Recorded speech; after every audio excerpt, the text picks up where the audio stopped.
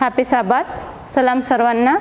या वेळेला देवबापाच्या नावाला धन्यवाद देते की त्याने ही सुंदर संधी शब्दाद्वारे आपल्याला त्याच्या वचनाचा अभ्यास करण्यासाठी दिलेली आहे आणि मंडळीच्या पालकांचे सुद्धा आभार मानते की त्यांनी मला ही सुंदर संधी दिलेली आहे. यावेळेस आपण धड्याकडे जाण्यापूर्वी 2 शब्दाची प्रार्थना करूया. आपण प्रार्थना करू. पवित्र पवित्र सैन्यांच्या सेनाधीश दयाळू देव बाप्पा, आकाश आणि पृथ्वीच्या निर्माणकर्त्या माझ्या जीवन देव बाप्पा, या समयी प्रभू शब्दाद्वारे आम्ही वेगळ्या ठिकाणी बसून प्रभू तुझ्या नावाचा गौरव करण्यासाठी प्रभू शब्दात शाळेचा अभ्यास करीत असताना तुझ्या वचनाच्या द्वारे प्रभू तू आमचं मार्गदर्शन कर. तुझ्या पवित्र आत्म्याच्या द्वारे मार्गदर्शन कर बाप्पा. माझ्या ओठा जिभेला स्पर्श कर. तुझ्या पवित्र आत्म्याने तू आम्हाला भर बाप्पा, जेणेकरून तुझं वचन आम्हाला समजेल बाप्पा. तू दयाळू आहेस, कृपाळू आहेस. आज शब्दाचा आशीर्वाद आम्हा सर्वांना दे. तुझ्या पवित्र आत्म्याची सहभागिता तू आमच्या सोबत असू दे बाप्पा. ही केली लहानशी प्रार्थना येशूच्या नावात मागते, म्हणून तो ऐक. आमेन. यावेळेस आपण 9वा धडा बघणार आहोत आणि 9वा धडा आहे जिंकणारी प्रवृत्ती विकसित करणे. म्हणजेच काय तर स्वतःचा दृष्टिकोन बदलून सकारात्मक घेणे. आजचं सुवर्ण वचन आहे तर ख्रिस्त प्रभू याला आपल्या अंतःकरणात पवित्र माना आणि तुम्हामध्ये जी आशा आहे तिची विचारपूस करणाऱ्या प्रत्येक इसमाला उत्तर देण्यास नेहमी सिद्ध असा, तरी ते सौम्यतेने व भिडेने करा. अतिशय सुंदर असं वचन आहे आणि ह्या सुवर्ण वचनामध्येच आपला पूर्ण धडा हा सामावलेला आहे. जेव्हा आपण हा पूर्ण धडा शिकू तेव्हा आपल्याला लक्षात येईल की जे ह्या सुवर्ण वचनामध्ये सांगितलेलं आहे त्याचं संपूर्ण वर्णन किंवा त्याचं पूर्ण विश्लेषण ह्या धड्यामध्ये केलेलं आहे. जितका आपण येशूच्या जीवनाचा अभ्यास करू तितकेच आपण त्याची स्वीकारण्याची क्षमता आणि लोकांची खात्री याचे आश्चर्य करू.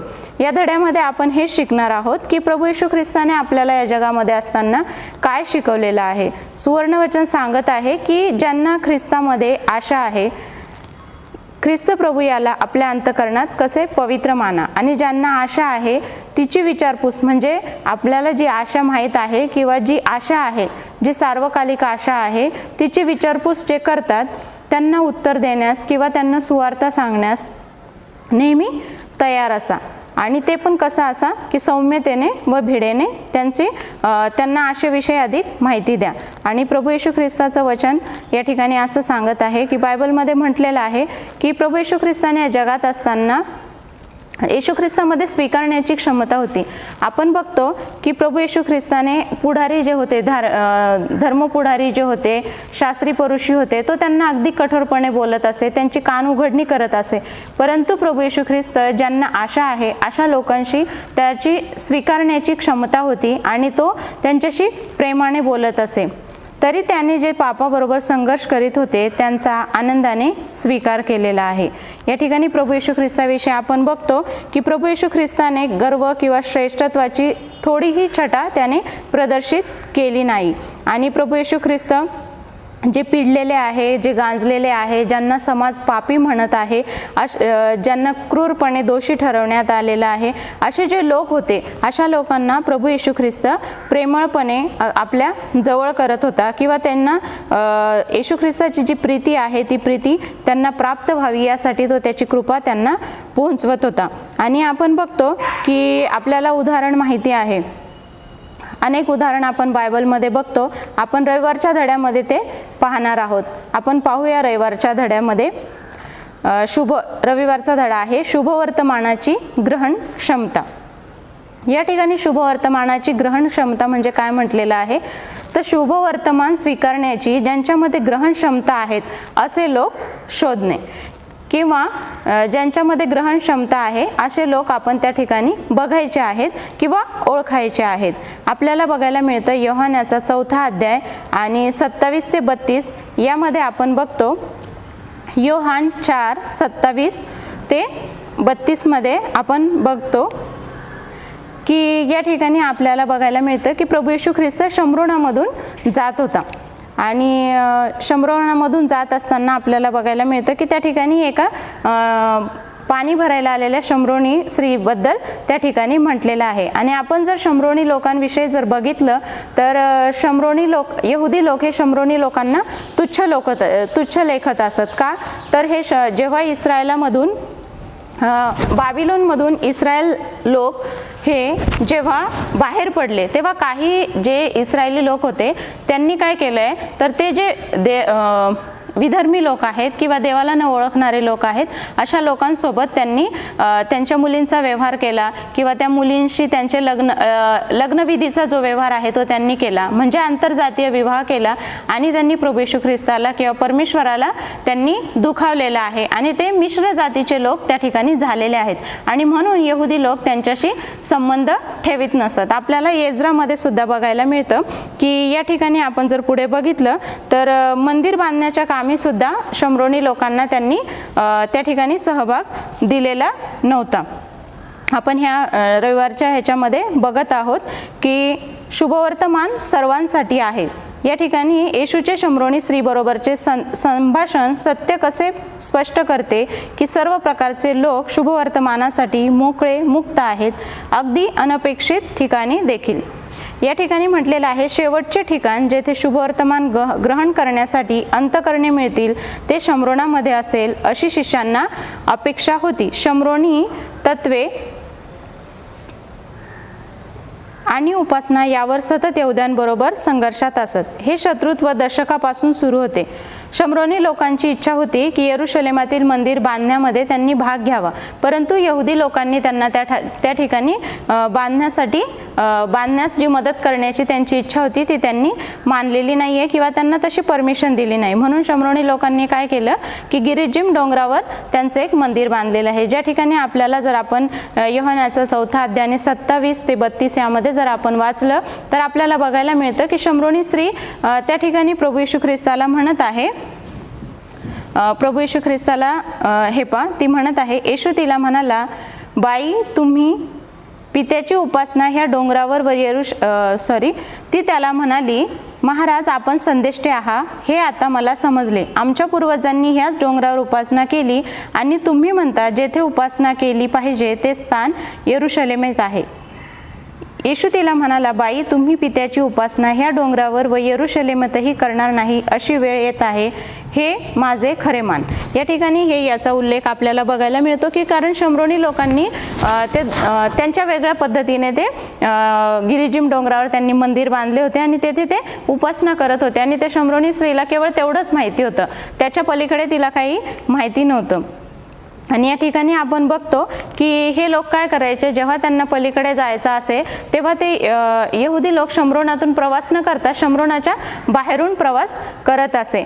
परंतु आपल्याला हे बघायला मिळतं की त्या वाटेने जात असता प्रभू येशू ख्रिस्त शमरोनामध्ये शिष्यांनी जे पाहिले नाही ते येशूने पाहिले. म्हणजे या ठिकाणी आपण बघतो की शमरोनामध्ये ग्रहण करण्याची जी शुभवर्तमानाची ग्रहण क्षमता जे आपण विषय बघत आहोत की या ठिकाणी येशू ख्रिस्ताला शिष्यांना ते कळालं नव्हतं. शिष्य शेवटी कसं आहे ते मानवी दृष्टीने किंवा शमरोनी लोकांशी आपण संबंध ठेवत नाही हाच केवळ त्या ठिकाणी विचार करत असतील. परंतु शमरोनातील जे लोक आहेत ज्यांना यहुदी लोक तुच्छ मानत होते, ज्यांना त्यांनी टाकून दिलेलं होतं, जे देवापासून दूर गेलेले होते, अशा अंतःकरणात सुद्धा शुभवर्तमान ऐकण्याची किंवा शुभवर्तमान ग्रहण करण्याची क्षमता आहे हे शिष्यांना न कळता हे या ठिकाणी आपल्याला बघायला मिळतं की प्रभू येशू ख्रिस्ताला या ठिकाणी समजलेला आहे आणि केवळ त्याच उद्देशाने प्रभू येशू ख्रिस्त त्या विहिरीवर बसला असावा असं मला वाटतं.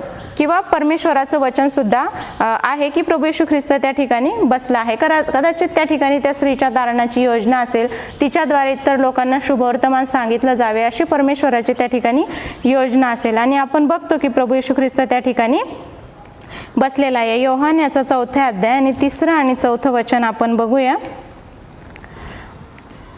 तेव्हा तो यहुदिया सोडून पुन्हा गालिलात गेला आणि त्याला शम्रोनामधून जावे लागले. आणि आपण बघतो की तो जावे लागले असं जेव्हा वचन म्हणत आहे. मग तो शम्रोनामधून सुखार नावाच्या नगरास आला.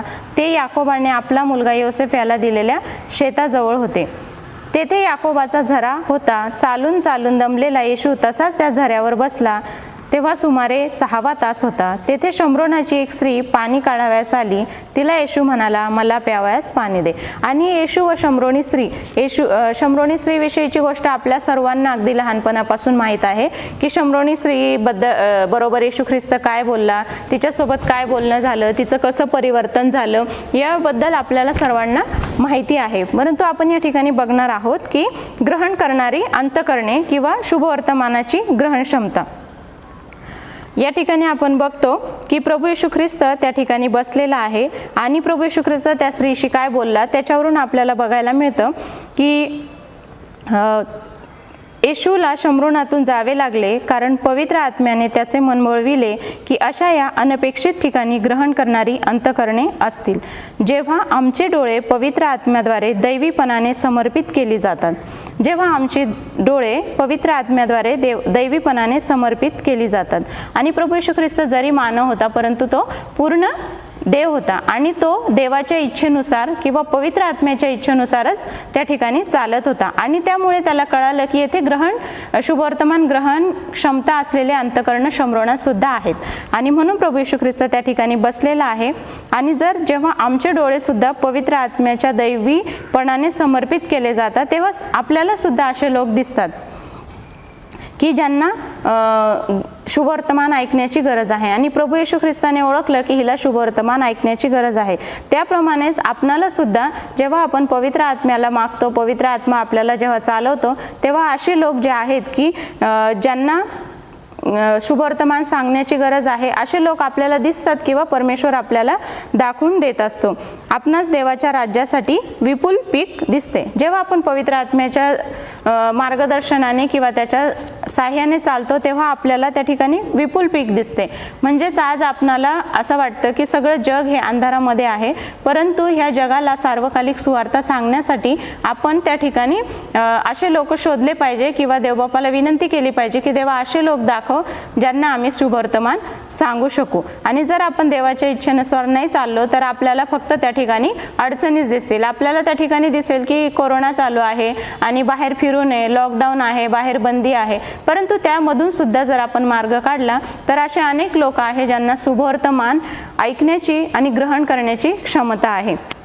या ठिकाणी आपल्याला शम्रोनातील येशूच्या सेवा कार्याचा शेवटी काय परिणाम झाला हे आपल्याला त्या ठिकाणी वचनामध्ये प्रेषित याचा 8वा अध्याय आणि 4 वचन यामध्ये बघायला मिळतं. तेव्हा ज्यांची पांगापांग झाली होती ते वचनाची सुवार्ता सांगत चहूकडे फिरलेले आहेत. आणि प्रभू येशू ख्रिस्ताचं वचन या ठिकाणी आपल्याला बघायला मिळतं की काय परिणाम झाला. येशू ख्रिस्ताने त्या स्त्रीशी बोलला, तिचं परिवर्तन झालं आणि तिच्या लक्षात आलं की प्रभू येशू ख्रिस्तच हा मशीहा आहे, संदेष्टा आहे. आणि तिने काय केलं की ती धावत गेली आणि लोकांना जाऊन तिने परमेश्वराची सुवार्ता सांगितली. प्रभू येशू ख्रिस्ताची शुभवर्तमान त्या ठिकाणी तिने सांगितलेलं आहे. आणि त्या ठिकाणी आपण बघतो की वचन सांगतं योहान याचा 4 अध्याय आणि 42 वचन, आणि ते त्या स्त्रीला म्हणाले, आता तुझ्या बोलण्यावरूनच आम्ही विश्वास धरतो असे नाही, कारण आम्ही स्वतः ऐकले आहे व हा खचित जगाचा तारणारा आहे हे आम्हाला कळले आहे. देवबापाच्या नावाला धन्यवाद असो की बघा त्या स्त्रीचं परिवर्तन झालं. जिला तुच्छ मानलेलं होतं, जिला टाकून दिलेलं होतं, जिच्याशी कोणी संबंध ठेवत नव्हते, अशा स्त्रीला प्रभू येशू ख्रिस्ताने ओळखलेलं आहे की तिला वचन ऐकण्याची गरज होती, तिच्या अंतःकरणात ग्रहण क्षमता होती. आणि आपण बघतो की तिचं परिवर्तन झालं आणि तिच्याबरोबर अनेक लोक जगाच्या तारणाऱ्याचा स्वीकार करून त्या ठिकाणी त्यांच्या जगाच्या तारणावर विश्वास ठेवून त्या प्रभू येशू ख्रिस्ताचा त्यांनी स्वीकार केलेला आहे. आणि किती अद्भुत आहे. आणि प्रेषित 4:8 सुद्धा आपल्याला सांगतं की ज्यांची पांगापांग झाली होती ते वचनाची सुवार्ता सांगत चहूकडे फिरले.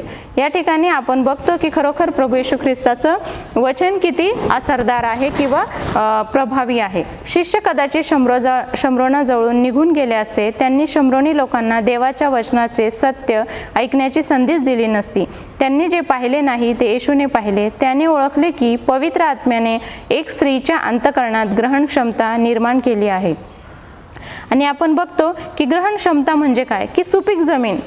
या ठिकाणी ग्रहण क्षमता म्हणजे काय की सुपीक जमीन. जर आपण त्या ठिकाणी देवाचं वचन जर पेरलं, आपण त्या ठिकाणी आपण त्यांना जर सुवार्ता सांगितली, तर ती अशी सुपीक जमीन की जी सुपीक जमीन त्या ठिकाणी चांगलं फळ येणार आहे. आणि प्रभू येशू ख्रिस्तानी हे हेरलं की त्या स्त्रीचं अंतःकरण हे सुपीक जमीन आहे, तिच्यात ग्रहण क्षमता आहे. आणि प्रभू येशू ख्रिस्ताने तिला देवाचं वचन सांगितलं किंवा त्या ठिकाणी तिचं परिवर्तन झाल्यानंतर प्रभू येशू ख्रिस्ताला त्या ठिकाणी फळं मिळाली आहेत. सुपीक जमिनीमध्ये प्रियांनो फळं मिळतात आणि तीच फळं आपल्याला बघायला मिळतं की जी त्या लोकांनी साक्ष दिली. ते म्हटले आहे की तुझ्या बोलण्यावरूनच नाही की आम्ही स्वतः सुद्धा विश्वास ठेवतो. आणि या ठिकाणी आपल्याला जर ग्रहण क्षमता याच्यावर एक उदाहरण बघायचं असेल तर पवित्र शास्त्र, आपल्या जीवनात सुद्धा अनेक उदाहरणं आहेत, परंतु पवित्र शास्त्रामध्ये सुद्धा ही सर्व प्रकारची उदाहरणं आहेत.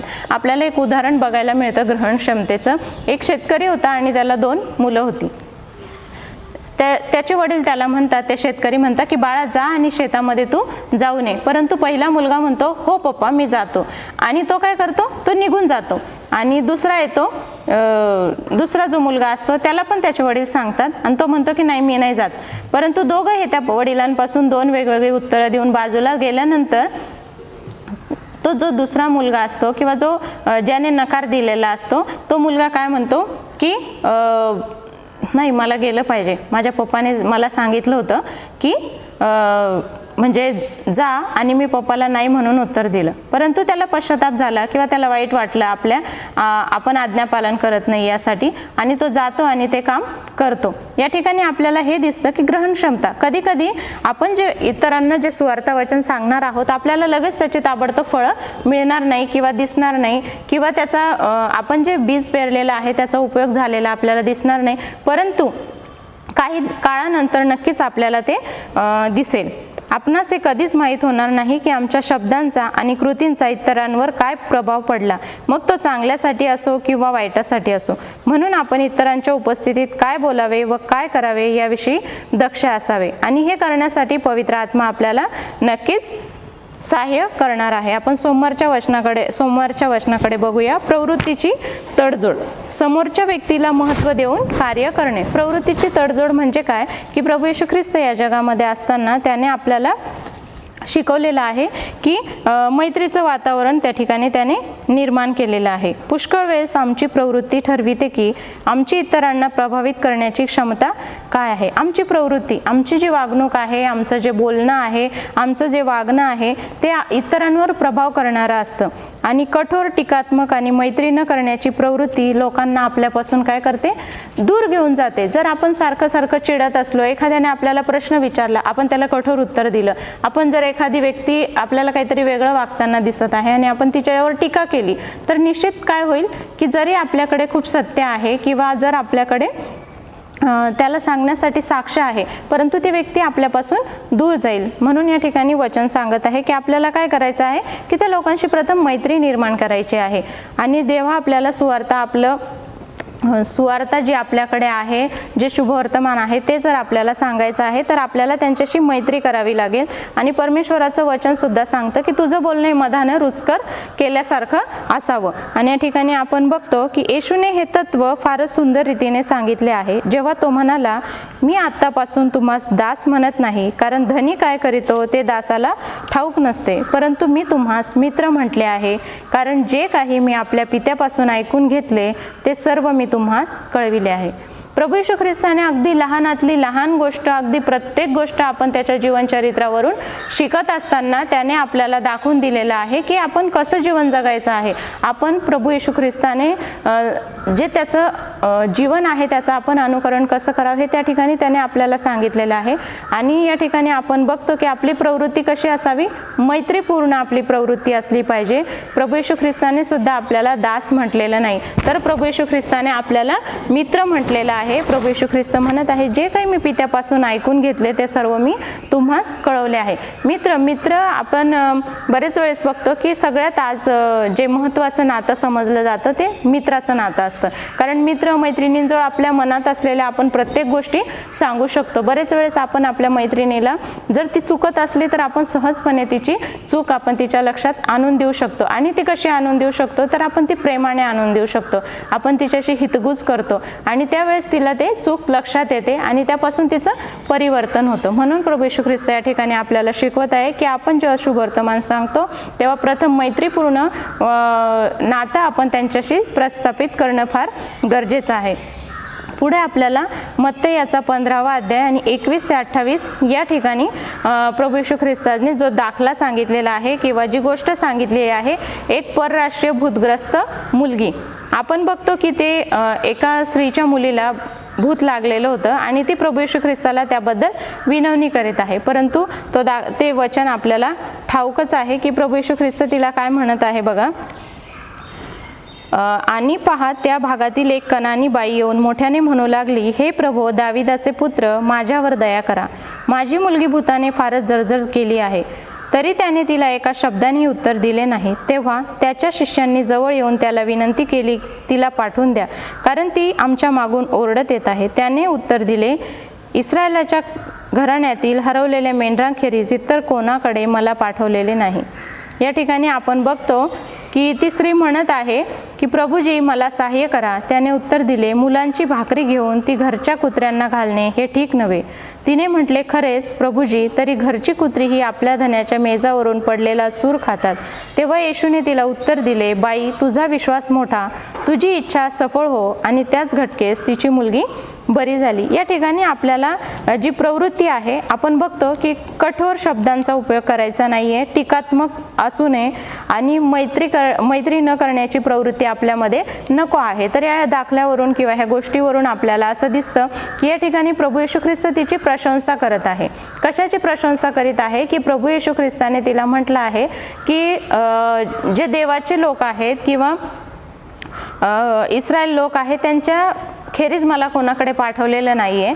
तरी सुद्धा ती काय करत आहे, प्रभू येशू ख्रिस्त हा तारणदाता आहे, तो माझ्या मुलीला बरं करू शकतो हे तिच्या लक्षात येऊन ती स्त्री काय करत आहे, विश्वास ठेवत आहे आणि तिच्या विश्वासाची प्रभू येशू ख्रिस्त प्रशंसा करत आहे. म्हणून आपण ही प्रवृत्ती जे बघत आहोत, प्रवृत्तीची तडजोड या ठिकाणी आपण बघायचं आहे की आपण इतरांची प्रशंसा करणं हे फार गरजेचं आहे. जर कोणी साक्ष देत आहे तर आपण नक्कीच त्याच्या साक्षीला दुजोरा दिला पाहिजे. त्याच्या साक्षीची, त्याच्या विश्वासात वाढ होण्याकरिता आपण त्याला बधाई दिली पाहिजे किंवा आपण त्याला उत्साहवर्धक शब्द वापरले पाहिजे. त्याच ठिकाणी आपण मार्क याचा 14वा अध्याय आणि 6 ते वचन आपण बघतो की या ठिकाणी बेथानी येथे येशूला करण्यात आलेला तेलाभंग. या ठिकाणी सुद्धा आपण बघतो की जी स्त्री आहे जिने प्रभू येशू ख्रिस्ताच्या पायावर अत्तर ओतलेला आहे, त्या ठिकाणी प्रभू येशू ख्रिस्त काय सांगत आहे की त्या ठिकाणी तो सुद्धा तिच्या विश्वासाची त्या ठिकाणी वाखाणणी करत आहे. प्रभू येशू ख्रिस्त तिच्या विश्वासाबद्दल त्या ठिकाणी तिला बधाई देत आहे किंवा प्रभू येशू ख्रिस्त तिचा उत्साह त्या ठिकाणी वाढवत आहे की तिचे विश्वास त्या ठिकाणी वाढण्यासारखे शब्द त्या ठिकाणी प्रभू येशू ख्रिस्त आपल्याला बघताना मिळत आहे. या ठिकाणी बघू, मार्क याचा 14वा अध्याय आणि 9वे वचन सांगत आहे, मी तुम्हाला खचित सांगतो की सर्व जगात जेथे जेथे सुवार्तेची घोषणा करण्यात येईल तेथे तेथे हिने जे केले आहे तेही हिच्या स्मरणार्थ सांगण्यात येईल. या ठिकाणी ही प्रवृत्तीची तडजोड या ठिकाणी आपल्याला प्रभू येशू ख्रिस्ताचं जे प्रवृत्ती आहे जी आपल्याला शिकायची आहे ते आपल्याला या ठिकाणी बघायला मिळत आहे. प्रभू येशू ख्रिस्त या ठिकाणी त्यांची प्रशंसा करत आहे किंवा त्यांच्या विश्वासाचं उल्लेखनीयता या ठिकाणी करताना आपल्याला बघायला मिळतो. मत्ते 15 मधील स्त्री कनानी होती. येशूने हेतुपूर्वक तिची विनंती नाकारली की ती चिकाटीने लावून धरीत असताना तिचा विश्वास वाढत राहील. नंतर त्याने तिची विनंती मान्य केली आणि नंतर एक आश्चर्यकारक विधान केले जे त्या काळातील यहुद्यातील धार्मिक पुढाऱ्यांनी त्या गरीब कनानी स्त्रीला केले असते. तो सार्वजनिक रीतीने म्हणाला, बाई, तुझा विश्वास मोठा. या ठिकाणी प्रभू येशू ख्रिस्त तिची प्रशंसा करत आहे किंवा तिच्या विश्वासाची तो तारीफ करत आहे. आणि त्याने तिला सर्वात मोठी शाबासकी दिली जी कुठलाही धार्मिक शिक्षक कधीच देऊ शकला नसता. तिचे हृदय कसे आनंदित झाले व तिचे जीवन कसे बदलले याची कल्पना तुम्ही करू शकता का? या ठिकाणी लेखक विचारत आहे की तुम्ही त्याची कल्पना करू शकता का की ती किती आनंदित झाली असेल. तिच्या विश्वासाची प्रभू येशू ख्रिस्ताने तारीफ तर केली, तिची मुलगी पण बरी झाली आणि नक्कीच पुढे तिचा विश्वास वाढून ती एक शुभवर्तमान प्रसारक झाली असेल असा माझा सुद्धा विश्वास आहे. या ठिकाणी तेच आपल्याला शिकायचं आहे की आपली प्रवृत्तीची आपण तडजोड कशी करावयाची आहे. ज्या स्त्रीने येशूचे पाय सुगंधी अत्तराने धुतले ती एक यहुदी होती. अशी स्त्री जिच्याविषयी चांगले बोलले जात नव्हते.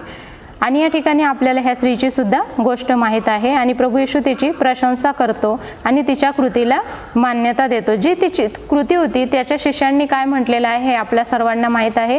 तिचे शिष्य तिची अवहेलना करत आहे की हिने हे तेल हे वाया घालवलेलं आहे, परंतु प्रभू येशू ख्रिस्त काय तिची प्रशंसा करत आहे तिच्या कृतीची. म्हणून आपण सुद्धा इतरांच्या कृतीची प्रशंसा करणं फार गरजेचं आहे. सर्व जगात जेथे जेथे सुवार्ता गाजवितील तेथे तेथे हिने जे केले आहे तेही तिच्या स्मरणात सांगतील. आणि आपण बघतो की खरोखर या ठिकाणी तिची जी सुवार्ता त्यावेळेस तिने केलेलं जे कार्य होतं ते आज सुद्धा आपण अभ्यासत आहोत. त्याची आपण प्रशंसा करतो आणि देवबापाच्या नावाला धन्यवाद देतो. आणि या ठिकाणी आपण ह्या आजच्या सोमवारचा जो धडा आहे प्रवृत्तीची तडजोड त्यावरून हे शिकायचं आहे की उत्साहवर्धक शब्द बोलणे जेणेकरून विश्वासात वाढ होऊन लोकांची कशी सकारात्मक प्रवृत्ती वाढेल. आपण मंगळवारच्या वचनाकडे बघूया. प्रीतीने सत्य सादर करणे. आपल्याला लहानपणापासून पहिलं वचन आपण शिकतो की देव प्रीती आहे आणि या ठिकाणी प्रीतीने सत्य सादर करणे असा आज आपला विषय आहे.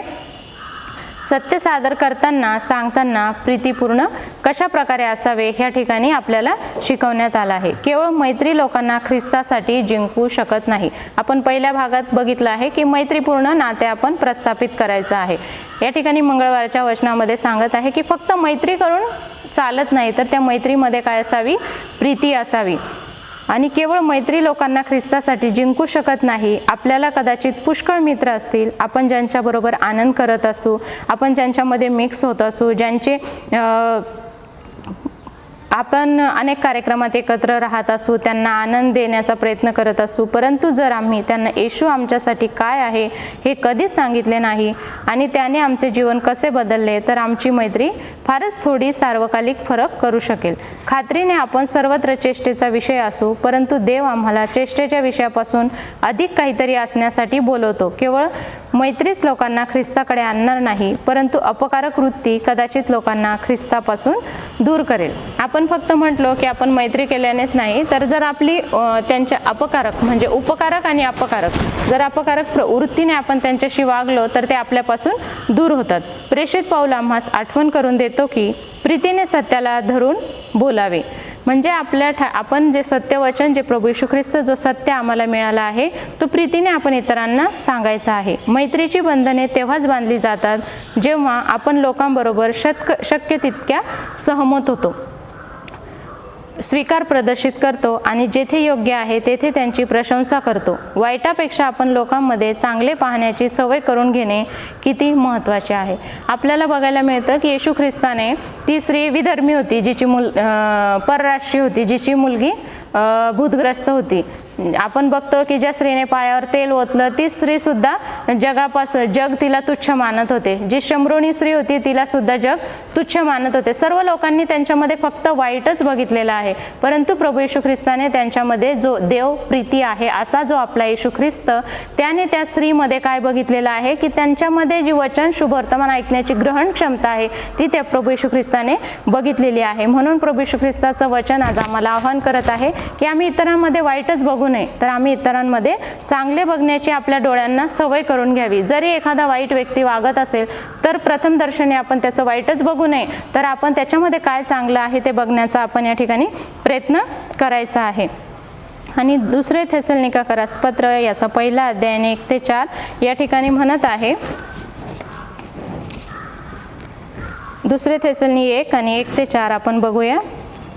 देवपित्याच्या ठाई व प्रभू येशू ख्रिस्ताच्या ठाई असलेला थेसलोनिकराची मंडळी हिला पौल, सिल्वान व तिमोथी ह्यांच्याकडून कृपा व शांती असो. आम्ही आपल्या प्रार्थनामध्ये तुमची आठवण करीत सर्वदा तुम्हा सर्वांविषयी देवाची उपकार स्तुती करतो. बघा या ठिकाणी ते जे मंडळीला बोलत आहे ते काय म्हणत आहे, तुम्हा सर्वांविषयी देवाची उपकार स्तुती करतो. आपल्या देवपित्यासमोर तुमचे विश्वासाने केलेले काम, प्रीतीने केलेले श्रम व आपल्या प्रभू येशू ख्रिस्तावरच्या आशेमुळे धरलेला धीर ह्यांचे आम्ही निरंतर स्मरण करतो. या ठिकाणी जे ते मंडळीचे लोक आहेत ते जे कार्य करीत आहेत त्याबद्दल हे शिष्य, प्रभू येशू ख्रिस्ताचे जे शिष्य आहेत ते त्या ठिकाणी त्यांची प्रशंसा करीत आहे. देवाच्या प्रीतीतील बंधूंनो, तुमची झालेली निवड आम्हास ठाऊक आहेच. या ठिकाणी प्रभू येशू ख्रिस्ताच्या दृष्टीने आपण इतरांना महत्त्व देणं फार गरजेचं आहे. आणि आपण बघतो की या ठिकाणी वचन सुद्धा ह्या मंगळवारच्या धड्यामध्ये सांगत आहे प्रीतीने सत्य सादर करणे. आणि आपण बघतो की जर 1 कोरिंथ्याचा 13वा अध्याय जर आपण वाचला किंवा आपल्याला माहीत आहे की प्रीती कशी आहे, सहनशील आहे. आपण एकमेकांचं सहन करायला शिकलं पाहिजे, एकमेकांवर प्रीती केली पाहिजे, एकमेकांना नेहमी समोरच्याचं ऐकून घेण्याची क्षमता आपण ठेवली पाहिजे आणि त्याची प्रशंसा करणं आपण शिकलं पाहिजे. या ठिकाणी पाऊल म्हणत आहे की इतरांवर तो विश्वास दाखवत आहे आणि त्याबद्दल तो काय करत आहे, लोकांना त्यांच्या विश्वासाबद्दल, त्यांच्या कार्याबद्दल शाबासकी देताना आपण बघत आहोत. असे काही लोक आहेत ज्यांना इतरांमध्ये चुकीचे पाहण्यात आनंद वाटतो. याचे दुसरे कारण काही नसून त्यांना स्वतःविषयी आपण चांगले आहोत असे वाटते. आणि जर तुम्ही प्रीतीचा हा 13वा अध्याय जर वाचला त्या ठिकाणी आपल्याला प्रीतीविषयी आपल्याला सर्व काही त्या ठिकाणी ती कशी आहे, प्रभू येशू ख्रिस्ताची आपल्याकडून काय अपेक्षा आहे, आपण इतरांचे दोष न दाखवता आपण केवळ प्रीतीने सगळ्यांना आपण त्यांच्या स्वतःमध्ये सामावून घ्यावं किंवा ख्रिस्ती विश्वासामध्ये सामावून घ्यावं हे या ठिकाणी आपल्याला बघायला मिळतं. जर आपण स्वतःला देवासमोर नम्र केले आणि दयाळू, विनयशील, सभ्य आणि सौम्य हृदयी आणि करुणामय रीतीने असलो तर जेथे आज एकच परिवर्तन होत आहे तेथे सत्यासाठी शेकडो परिवर्तन होतील. देवबापाचं वचन आपल्याला ठाऊक आहे की जर आपण स्वतःला जर नम्र केलं, दयाळूपणे जर आपण वागलो आणि सभ्य रीतीने जर आपण वागलो, आपल्यामध्ये करुणा जर दिसली तर ज्या ठिकाणी एक कार्य होतं, एकच आत्मा देवाकडे येतो, तर अशा ठिकाणी आपली जर अशी प्रवृत्ती असेल तर अनेक लोक देवाकडे येतील. आपण बघतो की प्रभू येशू ख्रिस्त एक होता, त्याच्यामध्ये हे सर्व गुण होते आणि हे गुण असताना आपण बघतो की प्रभू येशू ख्रिस्ताच्या मागे कितीतरी लोक होते. आपण बघतो की 5,000 लोकांना जेवण, तिथला आपल्याला आकडा माहीत आहे, 4,000 लोकांना, म्हणजे 5,000 4,000 एवढे लोक प्रभू येशू ख्रिस्ताच्या मागे येत असत. आणि आपल्याला अशीच एक प्रवृत्ती जगामधील एक व्यक्ती आहे की अशी व्यक्ती जिच्यामध्ये आपल्याला बघायला मिळते मदर टेरेसा. मदर टेरेसा नम्र होत्या, दयाळू होत्या, सौम्य हृदयी होत्या, विनयशील होत्या, सभ्य होत्या, करुणामय होत्या. आणि आपण बघतो की अनेक लोकांनी त्यांच्यामुळे येशू ख्रिस्ताच्या ठायी असलेली प्रीती, येशू ख्रिस्ताच्या ठायी असलेले गुण त्यांच्यात होते आणि ते बघून अनेक लोकांनी प्रभू येशू ख्रिस्ताचा स्वीकार केलेला आहे किंवा अनेक लोकांना प्रभू येशू ख्रिस्ताचे त्या ठिकाणी शेकडो परिवर्तन होतील असे या ठिकाणी testimonies for the church volume 9 आणि पान 189 वर म्हटलेलं आहे. आणि खरंच आपल्याला ही उदाहरणं जी आहेत ती याच्यामध्ये बघायला मिळतात आणि तसंच आपल्याला सुद्धा बघायला मिळतं. वरील विधानावर क्षणभर मनन करा. जर दयाळूपणा, विनयशीलता, सौम्य हृदयता आणि करुणा प्रत्येक सभासदाच्या हृदयातून ओसंडून वाहू लागली तर तुमच्या मंडळीसाठी याचा अर्थ काय आपण समजू शकतो. जर हे गुण आपल्यात असले तर नक्कीच आपल्या मंडळीमध्ये आपल्याला जागा पुरणार नाही. एवढ्या लोकांचं प्रभू येशू ख्रिस्ताकडे येणं नक्कीच आपल्या गुणांमुळे होणार आहे. अशा प्रकारची मंडळी कशी दिसेल हे तुम्ही समजू शकता. जर आपण जे ऐकत आहोत, आपले जे मंडळीचे सभासद आहे, अशांनी जर हे गुण अवलंबले तर आपली मंडळी खूप वाढणार आहे. तुमच्या स्वतःच्या अंतःकरणात पहा आणि तुमच्या स्वतःस अशा मार्गाविषयी विचारा ज्यामध्ये तुम्ही या भागांमध्ये सुधारणा घडवून आणाल. देवबाप करो की आपला उपयोग अशा गोष्टींसाठी करून घेऊ. आपण बुधवारच्या वचनाकडे जाऊया. स्वीकारण्याचा पाया. या ठिकाणी आपल्याला वचन सांगत आहे की स्वीकारण्याचा पाया काय आहे. जेव्हा आपण ख्रिस्ती आहोत तेव्हा एकमेकांचा स्वीकार करणे हे आपल्याला आलं पाहिजे.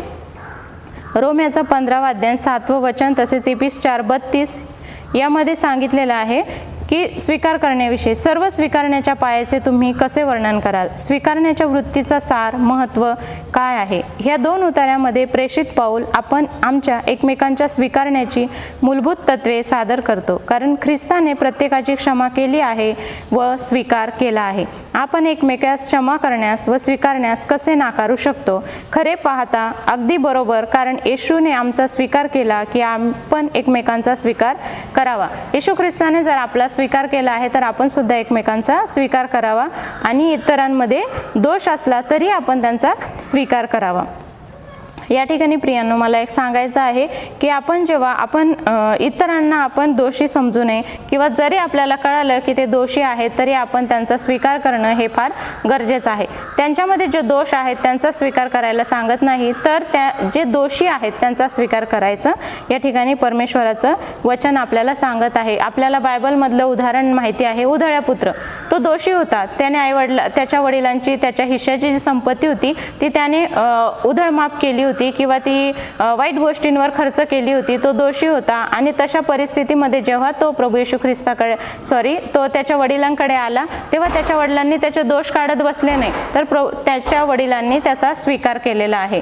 आणि त्याच प्रकारे आपण इतर जे आपले मित्र आहेत, भाऊ आहेत, नातेवाईक आहेत, ओळखीचे लोक आहेत, त्यांच्यामध्ये दोष नाही शोधायचा आहे, तर त्यांचा स्वीकार करायचा आहे. याविषयी जोरदार विचार करा, तुमच्या स्वतःविषयी आणि अशा काही गोष्टी तुम्ही केल्या आहेत त्याविषयी. आपण सुद्धा जीवन जगत असताना अशा गोष्टी करतो की आपण आपल्या जे आहेत असे ज्यांना आपण दोषी म्हणतो अशा लोकांचा आपण स्वीकार करत नाही. आणि अशा बऱ्याच गोष्टी आहेत ज्या फक्त आपल्याला ठाऊक असतात पर्सनली, त्या इतर लोकांना माहीत नसतात आणि इतरांना सांगण्यासाठी आपल्याला त्याची भीती वाटते. आणि तरीही काय, विश्वासाद्वारे तुमचा ख्रिस्तामध्ये स्वीकार करण्यात आला आहे, ज्याला सर्व काही ठाऊक आहे. आपण पाप करतो, चांगलं करतो, आपण कसं वागतो जे लोकांना दिसत नाही ते परमेश्वराला सर्व काही दिसतं आणि ते कळतं, तरी सुद्धा तो आपला स्वीकार करतो. आपल्या चांगल्या वागण्यामुळे नव्हे, तर तो त्याच्या कृपेमुळे आपल्याला जवळ करत असतो. हो, मग काय, तुमची इतरांविषयीची वृत्ती कशी असावी? येथे काहींना समजण्यासाठी कठीण अशी कल्पना आहे. खरा स्वीकार करणे म्हणजे लोक जसे आहेत तसे आपण त्यांचा स्वीकार करणे. आपण प्रार्थना करतो, प्रभू येशू ख्रिस्ता, मी जसा आलो आहे तसा तू माझा स्वीकार कर. आणि प्रभू येशू ख्रिस्ताला रिक्त अंतकरण हे फार आवडतं. या ठिकाणी धड्याचा लेखक सांगत आहे, स्वीकार करणे म्हणजे लोक जसे आहेत तसे आपण त्यांचा स्वीकार करणे, त्यांच्या सर्व पापी सवयींसह, कारण ते मानव प्राणी आहेत आणि त्यांना देवाच्या प्रतिरूपात उत्पन्न केलेला आहे. म्हणून आपण एखादा पापी दिसला तर त्याचा द्वेष करू नये. जसं की ते धोंडे ज्या स्त्रीला मारण्यात येत होते आणि लोक धोंडे मारत मारत व्यभिचारी स्त्रीला येशूपर्यंत आले आणि त्या ठिकाणी ते तिचा द्वेष करत होते, परंतु प्रभू येशू ख्रिस्ताने तिचे पाप जे होते ती तशा पापी स्वरूपात असताना सुद्धा त्या ठिकाणी तिचा प्रभू येशू ख्रिस्ताने स्वीकार केलेला आहे किंवा तिला जवळ केलेला आहे. आणि त्यातून परिणाम काय झालेला आहे, तर त्यातून परिणाम असा झाला आहे की तिचं जीवन बदलून गेलं आहे. प्रभू येशू ख्रिस्त म्हणतो की मी तुला शिक्षा करत नाही, तर मीही तुला सोडून देतो आणि यापुढे पाप करू नको. या ठिकाणी याद्वारे काय होतं, पुत्राच्या द्वारे देवाबरोबर आपला समेट झाला आहे. आपण पापी असताना ख्रिस्त आपणासाठी मरण पावला आणि पुत्राच्या द्वारे आपण पापी असतानाही प्रभू येशू ख्रिस्ताने आपला पवित्र अशा परमेश्वराबरोबर समेट करून दिलेला आहे. त्याची प्रीती आमच्या स्वीकारण्याचा पाया बनू शकतो आणि इतरांसाठी क्षमा. जर आपण प्रभू येशू ख्रिस्ताची प्रीती स्वीकारली आहे तर आपणही इतरांना स्वीकारू शकतो आणि त्यांना क्षमा करू शकतो. कारण आपण प्रभूच्या प्रार्थनेत रोज म्हणत असतो की जशी आम्ही इतरांना क्षमा करतो तशी तो आम्हाला क्षमा कर. आणि आजचा धड्याचा लेखक सुद्धा आपल्याला हे सांगू पाहत आहे की आपण इतरांना स्वीकारण्याची व काळजी वाहण्याचा संबंध स्थापना झाला तर तो दुसऱ्या व्यक्तीबरोबर प्रीतीने पवित्र शास्त्राचे सत्याचा सामना करण्यासाठी गरजेचे आहे. हे करण्यात अपयशी ठरणे म्हणजे प्रीतीकडे दुर्लक्ष करणे. आपण भरपूर काळजी वाहिली पाहिजे की आपणास आपल्या मित्राबरोबर जीवन बदलणारे सार्वकालिक सत्य सांगता आले पाहिजे. येशूची वृत्ती अशी नव्हती, तुला जे आवडेल ते कर, ते सर्व ठीक आहे, तरीही मी तुझा स्वीकार करतो. प्रभू येशू ख्रिस्ताने असं म्हटलं नाही. त्या व्यभिचारी स्त्रीला प्रभू येशू ख्रिस्ताने असं म्हटलं नाही की तुला जे करायचं ते कर, तरी मी तुझा स्वीकार करतो. तसं नाही, तू काही केले असले तरी मी तुझी क्षमा करण्यास तयार आहे, असं प्रभू येशू ख्रिस्ताने त्या स्त्रीला म्हटलं आणि आज आम्हाला सुद्धा म्हणत आहे. ख्रिस्ताच्या वृत्तीने बायबलचे सत्य नम्रपणे प्रेमळ वृत्तीने सादर केले तर ते हृदय जिंकले जाते आणि जीवन बदलते. या ठिकाणी प्रभू येशू ख्रिस्त पापी असतानाच आपला स्वीकार करतो, आपलं जीवन बदलतो. तसंच आपण इतरांचं जीवन बदलण्यासाठी त्यांच्यावर प्रीती करून त्यांना आपण बदलण्यासाठी मदत केली पाहिजे. गुरुवारच्या वचनाकडे जाऊया. प्रीतीने सत्य सादर करणे. प्रीतीसाठी येशूने सत्य सादर करण्याकडे दुर्लक्ष केले नाही, कारण ती प्रीती नसती तर प्रीती नेहमीच दुसऱ्यांसाठी उत्तम तेच शोधते. प्रीती आणि सत्य यांच्यात संघर्ष नाही. सत्य जे नम्रपणे व दयाळूपणे सादर केले जाते ते प्रीतीचे विधान आहे. येशू म्हणाला, मार्ग, सत्य व जीवन मीच आहे. आपला प्रभू येशू ख्रिस्त ज्याच्यामध्ये हे सर्व गुण होते, असा आपला प्रभू येशू ख्रिस्त म्हणत आहे, मार्ग, सत्य व जीवन मीच आहे. या ठिकाणी आणि तारण केवळ येशूद्वारेच आहे. प्रेषित 4:12 या ठिकाणी आपल्याला म्हणत आहे, आणि तारण दुसऱ्या कोणाकडून नाही, कारण जेणेकरून आपले तारण होईल असे दुसरे कोणतेही नाव आकाशाखाली मनुष्यामध्ये दिलेले नाही. आपण बघतो की येशू ख्रिस्ताशिवाय आपण कर्मकांड करा, आपण उपवास धरा, आपण आपलं वचन सांगतं की जर आपण आपलं जिवंत शरीर जाळण्यासाठी जरी दिलं आणि जर आपल्या ठाई प्रीती नसली तर ते काहीच नाही. आणि आपण या ठिकाणी बघू की प्रीती काय आहे. प्रीती प्रभू येशू ख्रिस्त आहे. जर प्रीती आपल्यात नसली तर आपण काहीच नाही, आपण काही करा काहीच नाही. म्हणून प्रभू येशू ख्रिस्त आपल्या जीवनात असणं, त्याची प्रीती असणं हे फार महत्त्वाचं आहे. त्याची कृपा आमचे तारण करते की आम्हास त्याचे सत्य कळावे आणि आम्ही त्याचे जीवन जगावे. प्रीतीशिवाय सत्य कायदेशीर गुदमरण्याकडे घेऊन जाते. प्रीतीशिवाय जर आपण सत्य म्हणत असू, सत्य सत्य सत्य, आणि आपल्या ठाई प्रीतीच नसेल तर ते काय जीव गुदमरण्यासारखं आहे, असं लेखक या ठिकाणी म्हणत आहे, जे आध्यात्मिक जीवनाला गुंतागुंतीचे आहे. अशा प्रकारची प्रीती सत्याशिवाय सहनशीलतेच्या विवशतेकडे घेऊन जाते, ज्यात काही अर्थ नसतो. प्रीतीशिवाय आपण काहीही करा.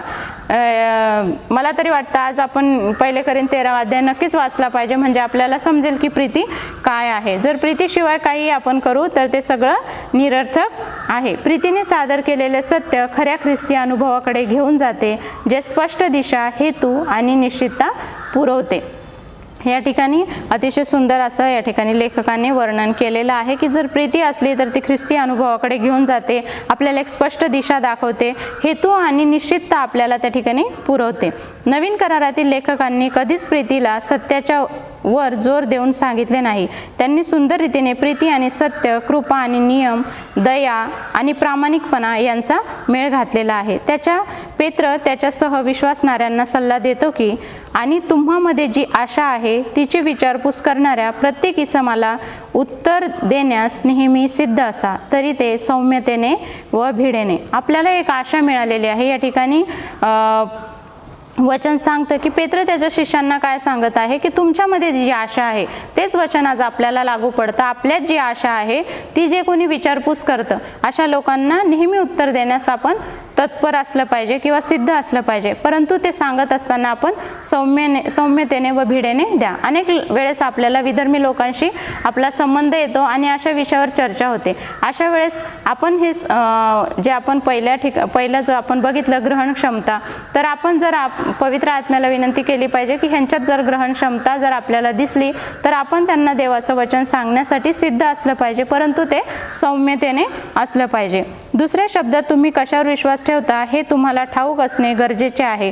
तुम्ही त्यावर का विश्वास ठेवता आणि तुम्ही कशावर विश्वास ठेवता आणि का हे तुम्हाला स्पष्ट करता आले पाहिजे. याचा अर्थ हा नव्हे की तुमच्याकडे सर्व उत्तरे हवीत किंवा तुमच्या विश्वासाद्वारे इतरांचा पालट करता आला पाहिजे.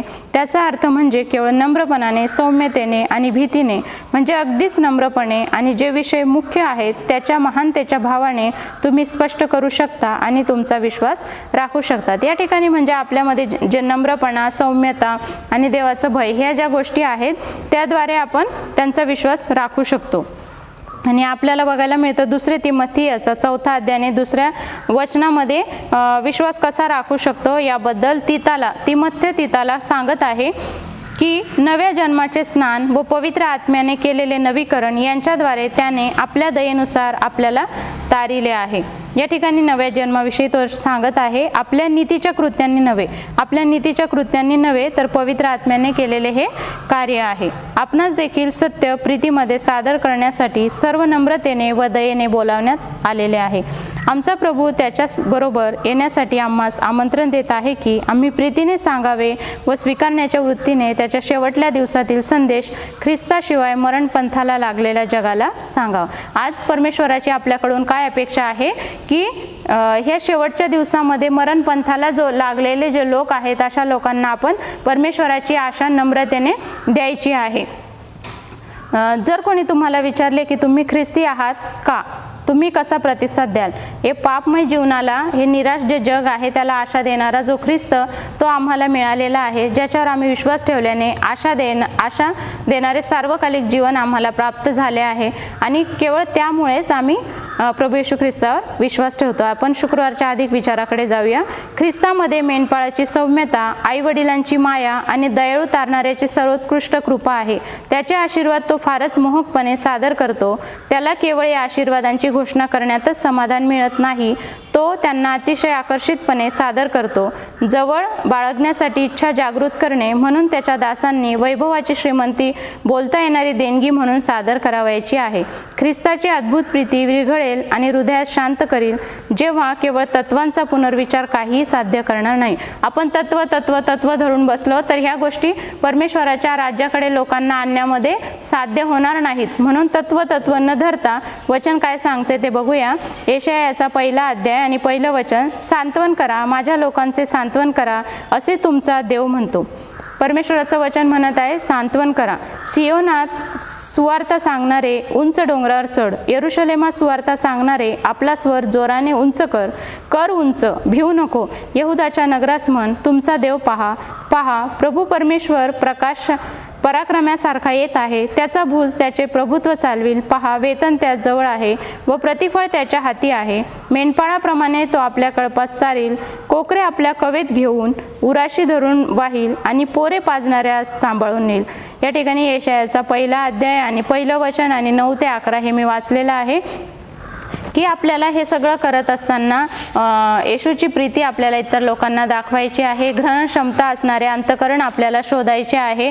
आपल्याला प्रवृत्तीची तडजोड करायची आहे, म्हणजे आपण मैत्रीपूर्ण संबंध निर्माण करायचे आहे. प्रीतीने आपल्याला त्यांना सत्य सादर करायचं आहे. आणि या ठिकाणी ह्याचं सगळं काय होणार आहे तर परमेश्वराचं वचन म्हणत आहे, पहा, वेतन त्या जवळ आहे व प्रतिफळ सुद्धा त्याच्या हाती आहे. जर आपण परमेश्वराचा स्वीकार केला, जे हे सांगितलेले प्रीतीचे गुण आहे त्यानुसार जर आपण वागलो आणि जर आपण जिंकणारी प्रवृत्ती आपली जर विकसित केली, तर वचन सांगत आहे वेतन त्याच जवळ आहे. आणि जर आपण ही जिंकणारी प्रवृत्ती म्हणजे आत्मे जिंकणारी, जे जगामध्ये याच्यामध्ये म्हटलं आहे, दिवसातील संदेश ख्रिस्ताशिवाय मरणपंथाला लागलेल्या जगाला सांगावा, असं या ठिकाणी सांगितलेलं आहे. जर आपण हे नाही सांगितलं तर या ठिकाणी म्हणत आहे की प्रतिफळ सुद्धा त्याच्या हाती आहे. मेंढपाळाप्रमाणे तो आपल्या कळपास चारील, कोकरे आपल्या कवेत घेऊन उराशी धरून वाहील आणि पोरे पाजणाऱ्या सांभाळून नेईल.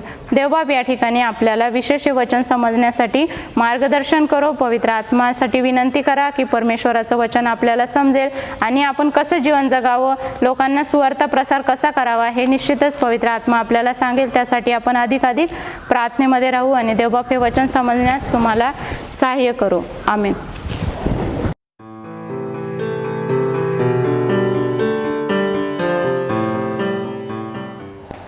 Good morning to all the believers who are watching online.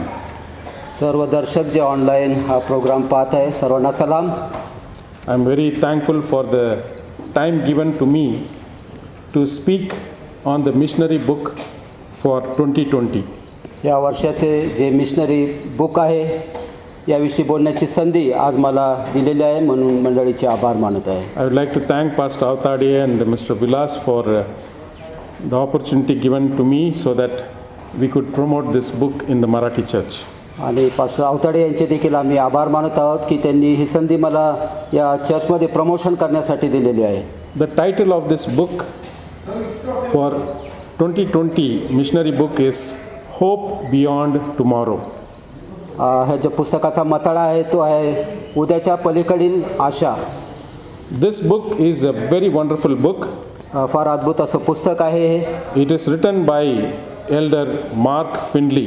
हे जे पुस्तक आहे ते एल्डर मार्क फिनली यांनी लिहिलेलं आहे. Elder Mark Findley has a great experience in evangelism. आणि स्वार्थ प्रसाराच्या कार्यामध्ये एल्डर मार्क फिनली यांचा दांडगा असा अनुभव आहे. Lakhs of members he has been baptizing. आणि पुष्कळशा लोकांना तो बाप्तिस्मा देत आहे. And he has come with this book Hope Beyond Tomorrow. आणि हे पुस्तक त्यांनी लिहिलेलं आहे आशेच्या पलीकडे. And he wants experience unending joy, आणि या पुस्तकामधून खरोखर त्यांना मोठा असा आनंद मिळालेला आहे everlasting peace, आणि शांती आपल्याला मिळते या पुस्तकाद्वारे and eternal happiness. आणि सार्वकालिक आनंद आपल्याला मिळतो. Today's generation need this book very much. आणि आजचे जे लोक आहेत त्यांना ह्या पुस्तकाची खरंच गरज आहे. Because we are going through a lot of distress, depression and mental worry. कारण की आम्ही अनेक त्रासामधून, मानसिक त्रासामधून आणि अनेक वेगवेगळ्या तणावामधून आपण जात आहोत. And this book speaks about all the problems that we are facing in today's life. आणि आज जे आम्ही समस्याला सामोरे जात आहोत या समस्येबद्दल हे पुस्तक बोलत आहे. And so there are only 8 chapters, but a positive approach for mental worries and tension. आणि या पुस्तकामध्ये खरोखर जे आपल्याला मानसिक तणाव आहे त्याबद्दल उत्तम असा संदेश आपल्याला या पुस्तकामध्ये सापडतो. With a great experience, Elder Mark Findlay wants us and our relatives and every member to read this book, which is going to bring great blessing to our families. आणि खरोखर हे जे पुस्तक आहे एल्डर मार्क फिनले यांनी लिहिलेले आहे. त्यांची इच्छा आहे की प्रत्येक व्यक्तीने, प्रत्येक कुटुंबामध्ये हे पुस्तक जावं आणि हे पुस्तक आम्ही लोकांना द्यावं. This comes to us with a minimum cost of 25 rupees only. आणि ह्याची जी किंमत आहे फक्त 25 रुपये आहे. And you can gift it to anyone whom you love and who is going through a lot of problems. आणि जर तुमच्यामध्ये कोणी समस्यामधून जात असेल तर हे पुस्तक घ्या. 25 रुपयाला पुस्तक आहे. हे पुस्तक घेऊन त्यांना तुम्ही एक भेट म्हणून देऊ शकता. We will be inaugurating and declaring open and releasing this book in a short while. आणि लवकरच आम्ही या पुस्तकाचं उद्घाटन करणार आहोत. But for now, this is just an information that the missionary book is already ready, and once we all come together to worship, we will all have these books in our hand. आणि फक्त तुमच्या माहितीसाठी आज आम्ही सांगत आहोत की पुस्तक आता तयार झालेलं आहे आणि लवकरच हे पुस्तक आता तुमच्या हातामध्ये येणार आहे. May this book bring blessing to your home and to your people who are going through a lot of mental worries. आणि या पुस्तकाद्वारे अनेक लोक जे मानसिक तणावामधून जात आहेत त्यांना हे पुस्तक आशीर्वादित होईल. God bless each one of us. देव प्रत्येकाला आशीर्वाद देव. Thank you. आभार मानतो.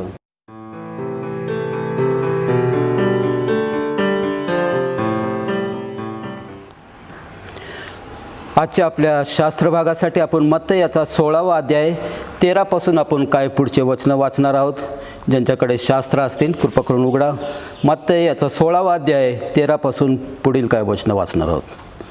नंतर फिलिपाच्या कैसरियाकडल्या भागात गेल्यावर येशूने आपल्या शिष्यांना विचारले, मनुष्याच्या पुत्राला लोक कोण म्हणून म्हणतात?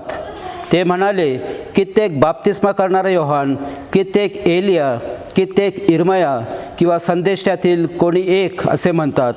तो त्यांना म्हणाला, पण तुम्ही मला कोण म्हणून म्हणता? शिमोन पेत्राने उत्तर दिले, आपण ख्रिस्त जीवन देवाचे पुत्र आहात. येशूने त्याला म्हटले, शिमोन बर्योना, धन्य तुझी, कारण मांस व रक्त यांनी नव्हे तर माझ्या स्वर्गातील पित्याने हे तुला प्रगट केले आहे. आणखी मी तुला सांगतो, तू पेत्र आहेस आणि या खडकावर मी आपली मंडळी रचील व तिच्यापुढे अधोलोकाच्या द्वाराचे काहीच चालणार नाही. मी तुला स्वर्गाच्या राज्याच्या किल्ल्या देईन आणि पृथ्वीवर जे काही तू बांधशील ते स्वर्गात बांधले जाईल व पृथ्वीवर जे काही तू मोकळे करशील ते स्वर्गात मोकळे केले जाईल. तेव्हा त्याने शिष्यास निक्षून सांगितले, मी ख्रिस्त आहे हे कोणालाही सांगू नका. परमेश्वर वाचलेले वचन आशीर्वादित करू. आपण प्रार्थना करूया, डोळे झाकूया, मान वाकूया आणि प्रार्थनेमध्ये जाऊया. अत्यंत थोर, दयाळू, कृपाळू आमच्या जिवंत देवा, आठवडाभर तू आमचा सर्वांचा सांभाळ केलेला आहे. पुन्हा एक वार परमेश्वरा, या शाबात दिनी, तुझ्या पवित्र दिनी परमेश्वरा, तुझी भक्ती आणि स्तुती करण्याची मौल्यवान संधी तू आज आम्हा प्रत्येकाला देत आहेस प्रभू. म्हणून तुझा आभार मानतो, तुझ्या नावाला धन्यवाद देतो. परमेश्वरा, आमच्या मंडळीवरती तुझा विशेष असा आशीर्वाद पाठव. आज आम्ही मंडळीतील प्रत्येक व्यक्तीसाठी प्रार्थना करत आहोत. मंडळीचे जे वयोवृद्ध आहे त्यांच्यासाठी आम्ही प्रार्थना करत आहोत. परमेश्वरा, या उतरत्या वयामध्ये परमेश्वरा त्यांना धीर दे, आधार दे. त्यांची काठी व आकडी तू हो प्रभू. प्रत्येक एल्डरसाठी आम्ही प्रार्थना करत आहोत. प्रत्येक मंडळीच्या सभासदासाठी आम्ही प्रार्थना करत आहोत. तरुणांसाठी आम्ही प्रार्थना करत आहोत. लहान लेकरांसाठी आम्ही आज प्रार्थना करत आहोत. परमेश्वरा, प्रत्येकाचं तू मार्गदर्शन कर, त्यांची तू काळजी घे परमेश्वरा. आणि विशेष करून परमेश्वरा, जे आजारी आहेत त्यांची तू आज भेट घे परमेश्वरा. तुझ्या पवित्र हाताने त्यांना तू स्पर्श कर व आरोग्याचं दान त्यांना तू दे परमेश्वरा. आज आमच्या मंडळीमध्ये ज्यांनी परमेश्वरा अर्पणामध्ये भाग घेतलेले अशा सर्वांवरती तुझा पवित्र हात असू दे, आशीर्वाद असू दे. त्यांचे जे काही योजना आहे, जे काय मनोरथ आहे परमेश्वरा, सर्व तू पूर्ण कर. त्यांचे सर्व संकल्प तू सिद्धीच ने परमेश्वरा. आणि तुझ्या आशीर्वादामध्ये प्रत्येकाला तू ठेव प्रभू. आजचे जे वक्ते आहेत परमेश्वरा, जे बोलणार आहेत प्रभू, त्यांच्या मुखाला देखील तू स्पर्श कर. येणारा संदेश प्रभू तू आशीर्वादित असा कर. आमच्या झालेल्या पापांची प्रभू दयेने कृपेने क्षमा कर. तुझी दया, तुझी कृपा आम्हा सर्वांवरती असू दे. आणि परमेश्वरा, आज तुझ्या आशीर्वादाने तू आम्हाला भर व शाबाताचा आशीर्वाद तू प्रत्येकाला दे. येशू ख्रिस्ताच्या गोड आणि प्रिय नावाने मागतो म्हणून तू ऐक. आमेन.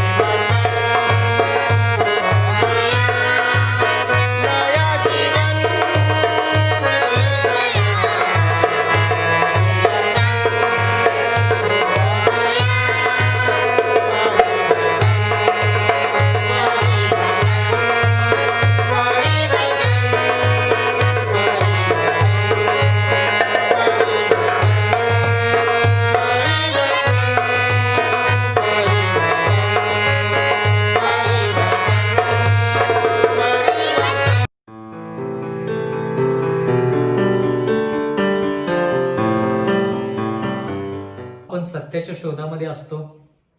आणि ह्या जगामध्ये जर विचार केला तर ह्या जगामध्ये खूप लोक ख्रिस्ती आहेत आणि खूप मंडळे ह्या जगामध्ये आहेत. तर ह्या जगामध्ये ख्रिस्ती लोकांची जी खरी मंडळी आहे ती खरी मंडळी कोणती आहे, तर ह्या विषयावरती आज आपण बोलणार आहोत, विचार विनिमय करणार आहोत आणि आपण पाहणार आहोत की एवढ्या मंडळांमध्ये देवाच्या वचनानुसार स्थापित झालेली खरी मंडळी कोणती. तर आपण ह्या मालिकेमध्ये ज्याचं शीर्षक आहे आजचे प्रगटीकरण, ह्या मालिकेद्वारे माझ्याशी पूर्ण खात्री आहे की आपल्याला आपल्या आयुष्यामध्ये आध्यात्मिकरित्या मदत होत आहे. तर आपण देवाच्या वचनाकडे जाण्याअगोदर आपण प्रार्थना करूया.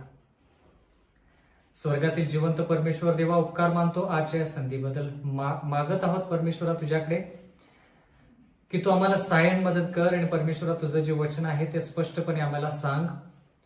तुझ्या वचनाद्वारे परमेश्वरा सत्य मंडळी कोणती आहे, त्या मंडळीमध्ये आम्ही कसं सहभाग घेऊ शकतो आणि परमेश्वरा तू येशील त्यावेळेस त्या कळपामध्ये आम्ही कसं असू शकतो याच्याविषयी तू आम्हाला शिकव. मागत आहोत इथून पुढची वेळ तुझ्या हाती सोपवून देत आहोत. परमेश्वरा सत्य आम्हाला समजू दे, सत्य आम्हाला बंधमुक्त करू दे. सत्याच्या मार्गावरती चालण्यासाठी आम्हाला इच्छाशक्ती पुरव. हे आत्ताचं वचन तुझ्या हाती सोपवून देऊन आम्ही विनंती करत आहोत की पवित्र आत्म्याने आम्हाला मार्गदर्शन करावं. नम्र विनंती येशूच्या नावात मागतो म्हणून तो ऐक. आमेन. बंधू आणि भगिनींनो, ह्या जगामध्ये जर खूप ख्रिस्ती लोक आहेत तर खूप मंडळ्या देखील आहेत.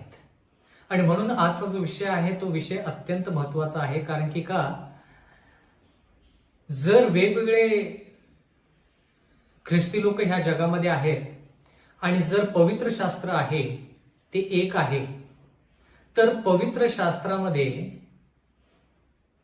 सत्य जे आहे तेच फक्त सत्य आहे.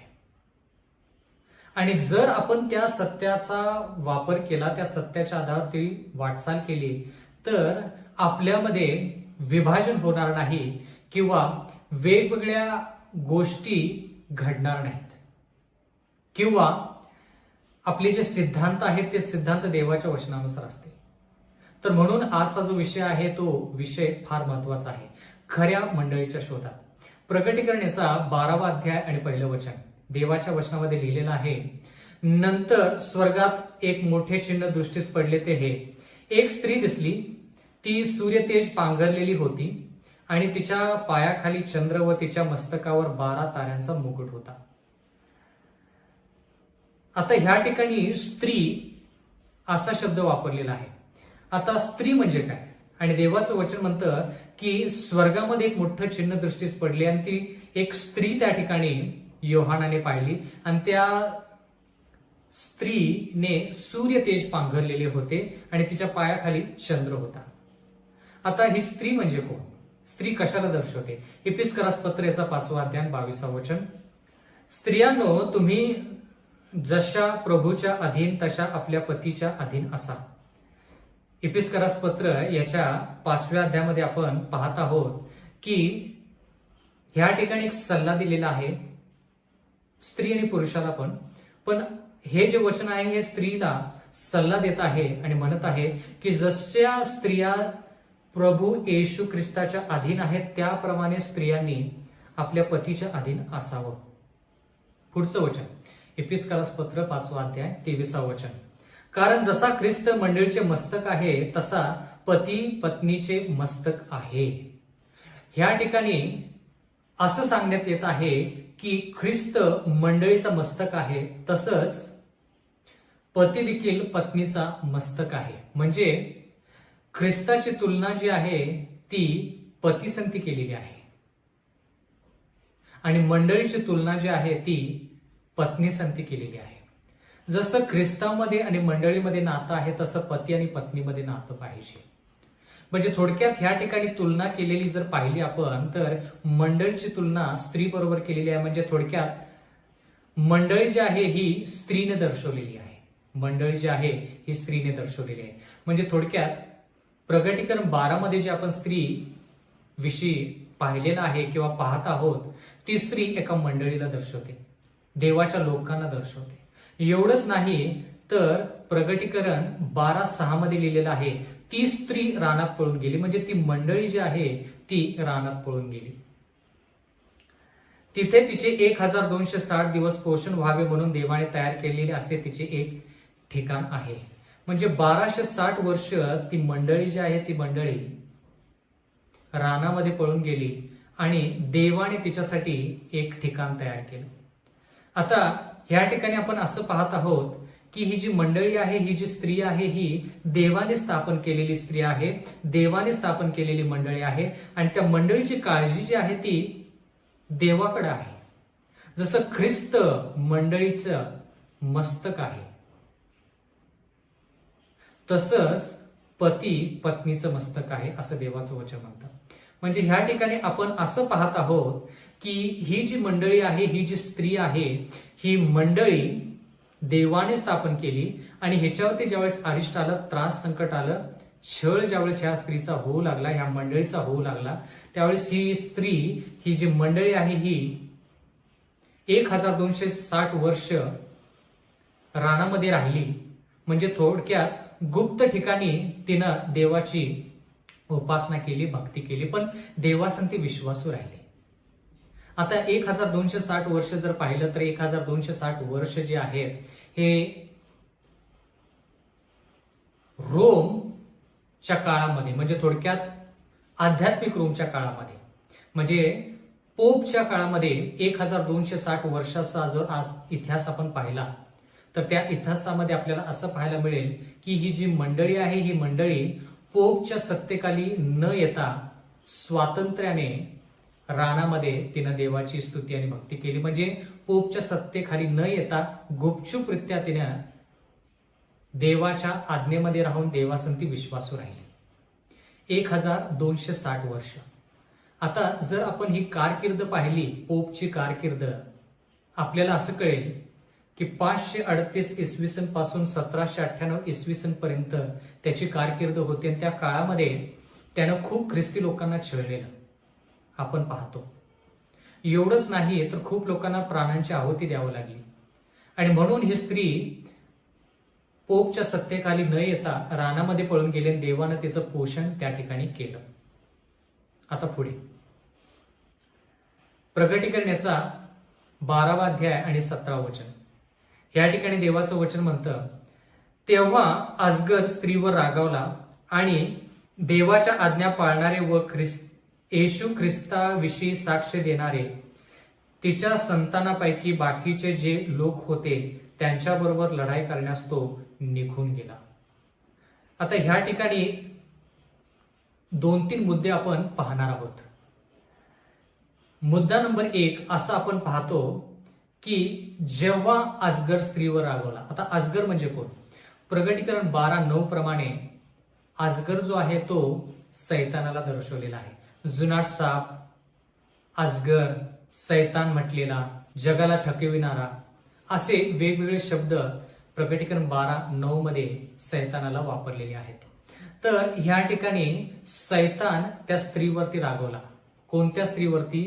जी स्त्री देवासंती एकनिष्ठ आहे, विश्वासू आहे, त्याच्या आज्ञेमध्ये आहे. ज्या स्त्रीच्या विरोधात पोपने वाटचाल केली, पवित्र लोकांचा झेर केला, पवित्र लोकांना छळलं, खूप लोकांना त्याने जीवे मारलं, त्या मंडळीला देवाने मदत केली. 1260 वर्ष त्या मंडळीला मदत केली आणि त्याच्यानंतर देवाचं वचन म्हणतं की जी राहिलेली मंडळी म्हणजे जे उर्वरित भाग आहे, तर ह्या ठिकाणी देवाचं वचन म्हणतं येशू ख्रिस्ताविषयी साक्ष देणारे तिच्या संतानापैकी.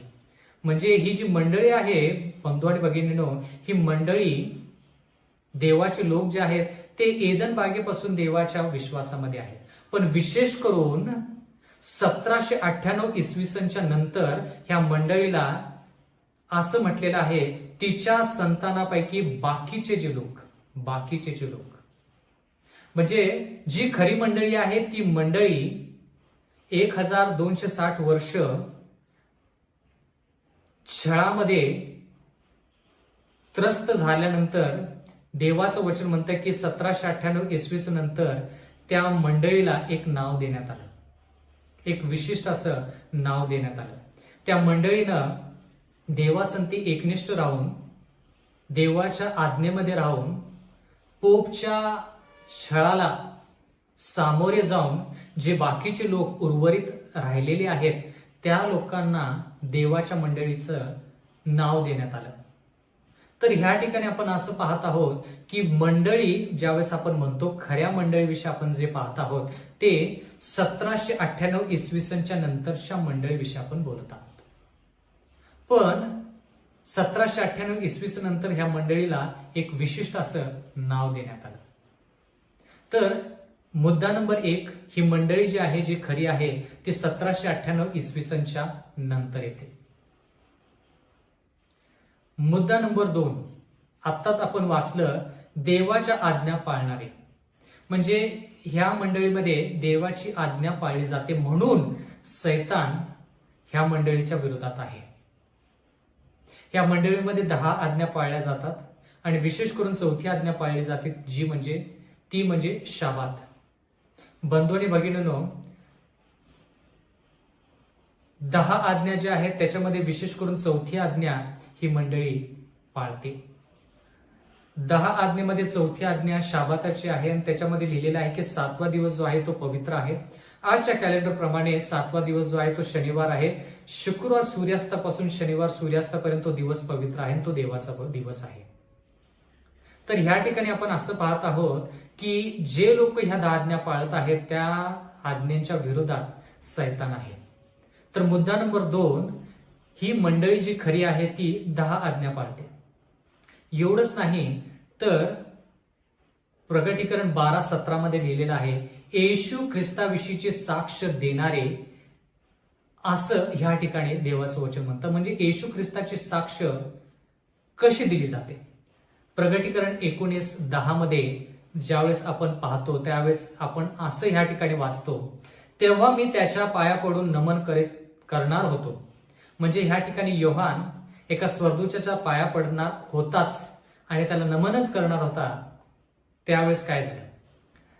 तेव्हा मी त्याच्या पाया पडून नमन करणार होतो, परंतु तो मला म्हणाला, असे करू नको, मी तुझ्या सोबतीचा आणि जे येशू विषयीची साक्ष देतात त्या तुझ्या बंधूंच्या सोबतीचा दास आहे. म्हणजे ह्या ठिकाणी देवाचं वचन म्हणतं की योहाना, तू त्या स्वर्गदूताच्या पाया पडू नको, कारण की तो स्वर्गदूत काय म्हणतो, मी तुझ्या सोबतीचा. म्हणजे थोडक्यात तू संदेष्ट आहेस योहाना, मी तुझ्या सोबतीचा आणि जे येशूविषयीची साक्ष देतात त्या तुझ्या बंधूंच्या सोबतीचा दास आहे. म्हणजे थोडक्यात ह्या ठिकाणी देवाला असं सांगायचंय की योहान जसं संदेष्ट आहे तसं येशूविषयीची साक्ष देणे म्हणजे त्या ठिकाणी एक संदेष्ट आहे. म्हणजे ह्याच्यावरून आपल्याला असं कळतं की मुद्दा नंबर 3 असा आहे की ह्या खऱ्या मंडळीमध्ये खरा संदेष्ट आहे. मुद्दा नंबर 1, ही खरी मंडळी 1798 इसवी सनच्या नंतर येते. मुद्दा नंबर 2, ह्या मंडळीचे लोक जे आहेत ते देवाच्या आज्ञानुसार 10 आज्ञा पाळतात. मुद्दा नंबर 3, ह्या खऱ्या मंडळीमध्ये संदेष्ट आहे किंवा खरा संदेष्ट आहे. पहिले करंथीकरास पत्र याचा 12वा अध्याय आणि 28वा वचन, तसे देवाने मंडळीत कित्येकांना नेमले आहे, प्रथम प्रेषित, दुसरे संदेष्टे, तिसरे शिक्षक, शिवाय अद्भुत कृत्य करणारे, निरोगी करण्याची कृपादाने मिळालेले, विचारपूस करणारे, व्यवस्था पाहणारे, भिन्न भिन्न भाषा बोलणारे असे नेमले आहेत. पण देवाच्या वचनामध्ये असं लिहिलेलं आहे की प्रथम प्रेषित, दुसरे संदेष्टे. म्हणजे देवाच्या मंडळीमध्ये संदेष्टे आहेत आणि जर खरी मंडळी आहे त्या खऱ्या मंडळीमध्ये तर संदेष्टा नक्कीच असणार. कारण की देवाचं वचन म्हणतं की मंडळी आली की त्या ठिकाणी प्रेषित आले, संदेष्ट आले, शिक्षक आले. आणि ह्या ठिकाणी देवाच्या वचनामध्ये लिहिलेलं आहे, हे नेमून दिलेले आहेत. देवाने ह्या सर्व गोष्टी नेमलेल्या आहेत. म्हणजे खऱ्या मंडळीमध्ये एक संदेष्टा जो खरा आहे तो पाहिजे. ही जी संदेष्ट्री आहे, ही संदेष्ट्री, तिचं नाव जे आहे ते एलन जी व्हाईट आहे. तिने जवळपास 70 वर्ष लोकांची सेवा केली. आपल्या लिखाणाद्वारे, आपल्या भाषणाद्वारे खूप लोकांच्या आयुष्यामध्ये परिवर्तन घडवून आणलं. म्हणजे थोडक्यात सांगायचं तात्पर्य हे की देवाने ही जी खरी मंडळी दिलेली आहे त्या खऱ्या मंडळीमध्येच हे कृपादाने आहेत आणि त्यातले कृपादान म्हणजे खरा संदेष्टा. प्रियजन हो, जर तुम्ही एलन जी व्हाईट या संदेष्टीविषयी ऐकलं तर जवळपास 150 वर्षापूर्वी तिनं तंबाखू आरोग्यासाठी हानिकारक आहे हे लिहिलं होतं. आता आपल्याला ते तंबाखू जे आहे ते आपल्या शरीरासाठी हानिकारक आहे हे संशोधनानुसार कळालेलं आहे. पण त्या काळामध्ये ज्यावेळेस तिनं लिहिलं त्यावेळेस त्या काळचे जे डॉक्टर होते, त्या काळचे जे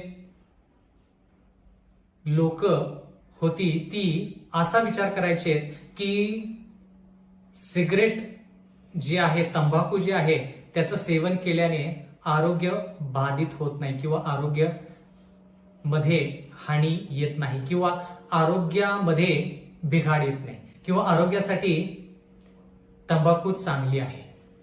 पण बंधू आणि भगिनींनो, आपण असं पाहत आहोत की आज आपण म्हणतो की तंबाखूमुळे कर्करोग होतो. असं जर आहे तर तिनं ज्या गोष्टी लिहिल्या जवळपास 150 वर्षापूर्वी त्या गोष्टी आता संशोधनाद्वारे सिद्ध होत आहेत.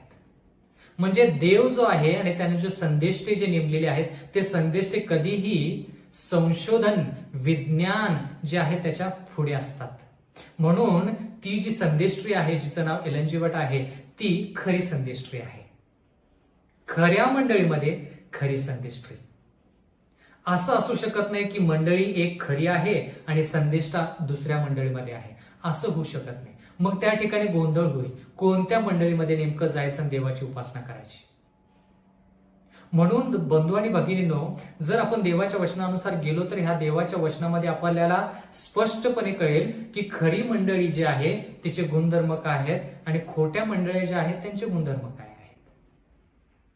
खऱ्या मंडळीमध्ये आपण पाहिलं मुद्दा नंबर 1 की ती मंडळी 1798 इसवी सनच्या नंतर येते. म्हणजे थोडक्यात 1798 इसवी सनच्या नंतर त्या लोकांना बाकीचे लोक असं म्हटलेलं आहे किंवा उर्वरित लोक असं म्हटलेलं आहे. तर ती मंडळी जी आहे ती खरी मंडळी. मुद्दा नंबर 2 आपण पाहिलेला आहे की ही मंडळी जी आहे ही 10 आज्ञा वरती विश्वास ठेवते, 10 आज्ञा पाळण्यास त्यांच्या लोकांना सांगते. मुद्दा नंबर 3 ह्या खऱ्या मंडळीमध्ये खरा संदेष्टा आहे हे जाणून घेणं फार गरजेचं आहे. प्रगटीकरण याचा 14वा अध्याय आणि 6वं वचन. नंतर मी दुसरा एक देवदूत अंतराळच्या मध्यभागी उडताना पाहिला.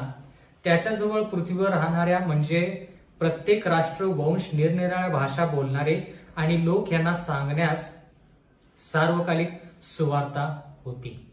आता देवाच्या वचनामध्ये आपण असं पाहत आहोत की सर्व राष्ट्रांना, वंश, निरनिराळ्या भाषा बोलणाऱ्या लोकांना सांगण्यास सार्वकालिक सुवार्ता होती. आता ह्या ठिकाणी स्वर्दूत असा शब्द वापरलेला आहे. आता स्वर्दूत म्हणजे कोण? जे लोक स्वर्दूतासारखं काम करतात ते शब्दशः जरी स्वर्दूत नसले, दिसण्याद्वारे जरी स्वर्दूत नसले तर कामानुसार ते स्वर्दूत आहेत. कारण की का, स्वर्दूताचं काम काय असतं? देवापासून संदेश घ्यायचा आणि ते लोकांपर्यंत पोहोचवायचं. तेच काम जर लोक करतील तर त्यांना स्वर्दूत देवाच्या वचनामध्ये लिहिलेलं आहे. तर प्रियजन हो, मुद्दा नंबर 4 आपण असं पाहत आहोत की ही जी खरी मंडळी आहे ही खरी मंडळी सार्वकालिक सुवार्ता पूर्ण जगाला सांगते. सार्वकालिक सुवार्ता जी आहे ती प्रत्येक राष्ट्र, वंश, निरनिराळ्या भाषा बोलणारे लोकांना सुवार्ता सांगते. म्हणजे जबाबदारी देवाने ह्या मंडळीला दिलेली आहे.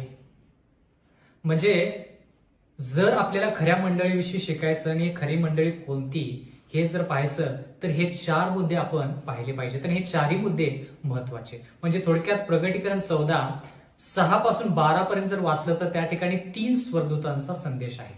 आणि 3 स्वर्गदूतांचा संदेश जो आहे तो देवदूत जे त्या ठिकाणी नमूद केलेले आहेत ते देवदूत शब्दशः देवदूत नसून ते लोक आहेत जे देवदूतांचं काम करतात, सार्वकालिक सुवार्ता सांगण्याचं काम करतात. म्हणून बंधू आणि भगिनींनो, चौथा मुद्दा जो आहे तो चौथा मुद्दा आपल्याला असं सांगतो की खरी मंडळी जी आहे ती प्रगटीकरण 14:6 पासून 12 पर्यंत जो 3 स्वर्गदूतांचा संदेश आहे त्या 3 स्वर्गदूतांचा संदेश पूर्ण जगाला देते. आता ह्या ठिकाणी योहान याचा 10वा अध्याय आणि 16 वचन ह्या ठिकाणी लिहिलेलं आहे, ह्या मेंढवाड्यातली नाहीत अशी माझी दुसरी मेंढरे आहेत, तीही मला आणली पाहिजेत. ती माझी वाणी ऐकतील, मग एक कळप एक मेंढपाळ असे होतील. म्हणजे देवाच्या वचनामध्ये आपण असं पाहत आहोत की खऱ्या मंडळीमध्ये जे लोक आहेत ते तर आहेतच, पण बाकीच्या मंडळीमध्ये पण देवाचे लोक आहेत. आता खरी मंडळी जी आहे त्या खऱ्या मंडळीमध्ये आपण 4 गुणधर्म पाहिले. एक, ही मंडळी 1798 इसवी सनच्या नंतर येते. मुद्दा नंबर 2, ही मंडळी जी आहे ती 10 आज्ञा पाळते. मुद्दा नंबर 3, ह्या मंडळीमध्ये खरा संदेष्टा आहे ज्याचं नाव एलन जी व्हाईट आहे. मुद्दा नंबर 4, ही मंडळी 3 देवदूतांचा संदेश देते. तर अशी कोणती मंडळी आहे जी ह्या 4 गोष्टी पूर्ण करते किंवा 4 चाचण्या पूर्ण करते, त्याच मंडळीला आपण खरी मंडळी म्हणू शकतो. आणि बंधू आणि भगिनींनो, माझ्या माहितीनुसार 4 चाचण्या पार करणारी एकच मंडळी आहे जी खरी मंडळी आहे, ती म्हणजे सेव्हन्थ डे ऍडव्हेंटिस्ट मंडळी, जिच्यामध्ये हे 4 गुणधर्म आहेत. बाकीच्या कोणत्याही मंडळीमध्ये हे 4 गुणधर्म नाहीत. 4च्या 4 गुणधर्म त्या मंडळीमध्ये पाहिजे तर ती मंडळी खरी मंडळी आहे. कारण की का, ही मंडळी देवाच्या वचनानुसार आहे. आणि देवाचं वचन म्हणतं की बाकीच्या मंडळीमध्ये देवाचे लोक आहेत म्हणजे त्यांना त्या मंडळ्या ज्या आहेत त्या खऱ्या नाही आहेत, हे माहीत नाही. त्यांना जेवढं ज्ञान आहे त्या ज्ञानानुसार ते पुढे चाललेले आहेत. म्हणून ही सार्वकालिक सुवार्ता जी आहे ती त्या लोकांना सांगितली की ते लोक त्या मंडळ्या सोडून सेव्हन्थ डे ऍडव्हेंटिस्ट मंडळीचा भाग होतील. आणि मग देवाचं वचन म्हणतं की ती माझी वाणी ऐकतील, मग एक कळप एक मेंढपाळ असे होईल. म्हणजे देव जो आहे तो एक मेंढपाळ आहे, म्हणजे आपण एक कळप झालं पाहिजे, म्हणजे एक मंडळी झालं पाहिजे. तसं जर व्हायचं तर खऱ्या मंडळीमध्ये आपण प्रवेश केला पाहिजे. बंधू आणि भगिनींनो, या वचनाद्वारे तुम्ही देवाकडे विनंती करा. मी आज तुम्हाला आमंत्रित करत आहे. सेव्हन्थ डे ऍडव्हेंटिस्ट मंडळी याचे जे तत्व आहेत ते तत्व देवाच्या वचनानुसार आहेत. 28 तत्व जे आहेत ते देवाच्या वचनानुसार आहेत. आणि जर तुम्ही त्या वचनांचा आस्वाद घेतला तर तुम्ही त्या मंडळीमध्ये येऊ शकता. जर तुम्ही ते वचन स्वीकारलं, येशू ख्रिस्ताला तारणकर्ता म्हणून स्वीकारलं, त्या मंडळीमध्ये 10 आज्ञा पाळणारे जे लोक आहेत किंवा 28 तत्व पाळणारे जे लोक आहेत त्या 28 तत्वांच्या आधारित जर तुम्ही बाप्तिस्मा घेतला तर तुम्ही ह्या मंडळीमध्ये येऊ शकता.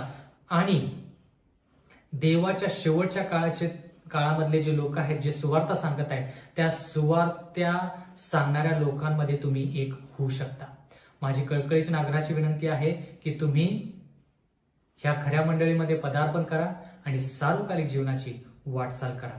येणारे संदेश तुम्ही त्याच्यामध्ये नक्कीच सहभाग घ्या, जेणेकरून तुमच्यामध्ये, माझ्यामध्ये, आपल्या सर्वांच्या आयुष्यामध्ये संजीवनी घडून येईल.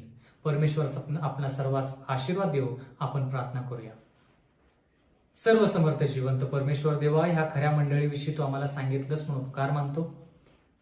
ह्या खऱ्या मंडळीमध्ये 4 जे गुणधर्म आहेत त्या गुणधर्मावरूनच आम्ही सेव्हन्थ डे ऍडव्हेंटिस्ट मंडळी जी आहे ती खरी मंडळी आहे असं तुझ्या वचनानुसार पाहत आहोत. मागत आहोत परमेश्वरा की तू आम्हाला सहाय्य मदत कर. विनंती करत आहोत परमेश्वरा की तू आम्हाला ह्या मंडळीमध्ये सत्यामध्ये टिकून राहण्यासाठी, सार्वकालिक जीवनाची वाटचाल करण्यासाठी, इतरांना ह्या सत्याच्या मार्गावरती चालण्यासाठी मार्गदर्शन करावं म्हणून आम्हाला तू मदत कर. आमचं सर्वस्व तुझ्या हाती घे. आम्हा सर्वांना सार्वकालिक जीवन दे. नम्र विनंती येशूच्या नावात मागतो म्हणून तो ऐक. आमेन.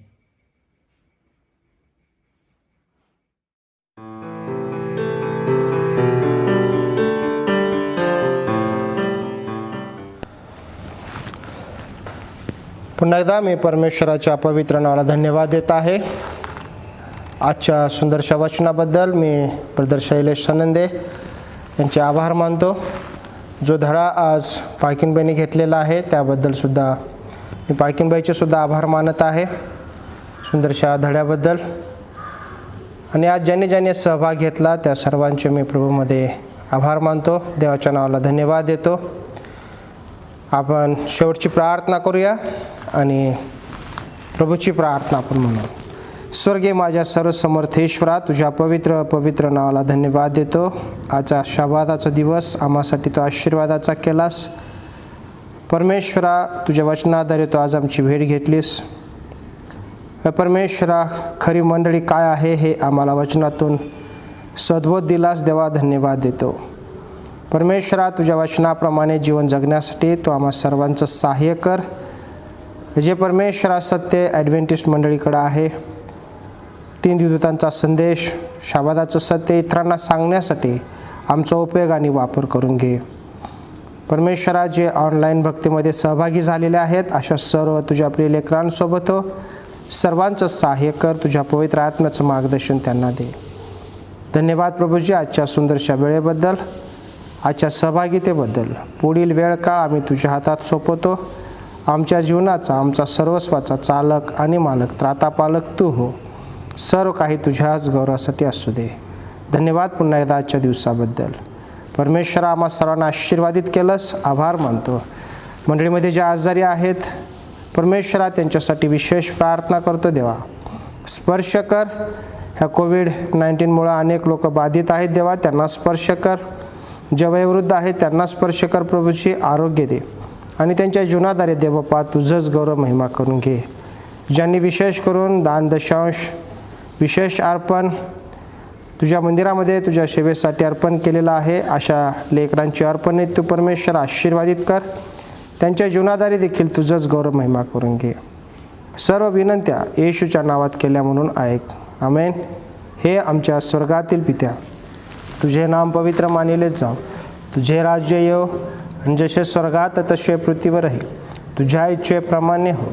आमची रोजची भाकर आज आम्हास दे आणि जसे आम्ही आपल्या ऋणास ऋण सोडलेले आहे तशीच तो आमची ऋणास आम्हास, आणि आम्हास परीक्षेत आणू नकोस तर आम्हास वाईटापासून सोड. कारण की राज्य, सामर्थ्य आणि गौरव ही सर्व काळ तुझीच आहेत. आमेन. सर्व समर्थ देव जो बाप याची प्रीती, प्रभू येशू ख्रिस्ताची कृपा, पवित्र आत्म्याची सहभागिता आम्हा सर्वांसोबत हे इथून पुढे सर्व काळासाठी असो. आमेन. हॅपी साबॅथ सर्वांना. मी यावेळेस विशेष आभार मानत आहे मिस्टर सचिन कसबे यांचे, जे आमचे व्हिडिओज एडिटिंग करून देतात. देवबाप त्यांना विशेष आशीर्वादित करो. त्याचप्रमाणे पुन्हा एकदा brother Sanande, elder Vilas Khandagale uncle, मंडळीच्या पाळकीनबाई यांचेसुद्धा आभार मानतो. आणि मंडळीचे यूथ नील त्रिभुवन ज्यांनी गायनामध्ये आम्हाला साथ दिली त्यांचेसुद्धा मी आभार मानत आहे. देवबाप तुम्हाला सर्वांना आशीर्वादित करू. आमेन.